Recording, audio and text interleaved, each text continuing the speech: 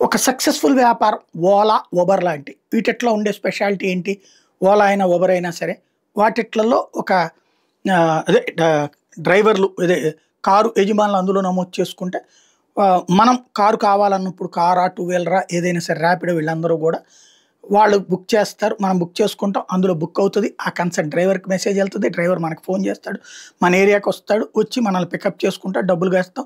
దీంట్లో కొంత కమిషన్ వాళ్ళు తీసుకుంటారు. అది ఉబర్ అయినా, ఓలా అయినా, ర్యాపిడో అయినా. మరి బతకాలి కదా ఆళ్ళు. తీసుకుంటారు. అయితే ఇప్పుడు ఈ టాక్సీ డ్రైవర్లు, ఆటో డ్రైవర్లు ఇట్లాంటి వాళ్ళు, క్యాబ్ డ్రైవర్లు ఇట్లాంటి వాళ్ళందరి ఓట్లని కొల్లగొట్టేందుకు ప్రభుత్వాలు ఒక కొత్త కాన్సెప్ట్ తీసుకొస్తున్నాయి.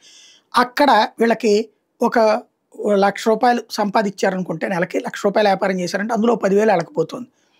దాన్ని దెబ్బగొట్టాలంటే ఆ డబ్బులు 10,000 వాళ్ళకే మిగిలిస్తే అప్పుడు ఓ రూ. 1,000 ఏ యూజర్ ఛార్జీల కింద తీసుకున్న నష్టం లేదు. పైగా ప్రభుత్వాల్ని ప్రేమిస్తారు.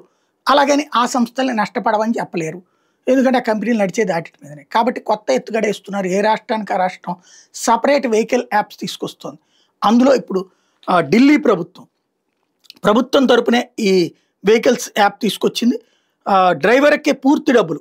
ఎంతైతే దాంట్లో ఛార్జ్ ఉంటదో అంత ఛార్జీ కూడా టాక్సీ యాప్ అనమాట.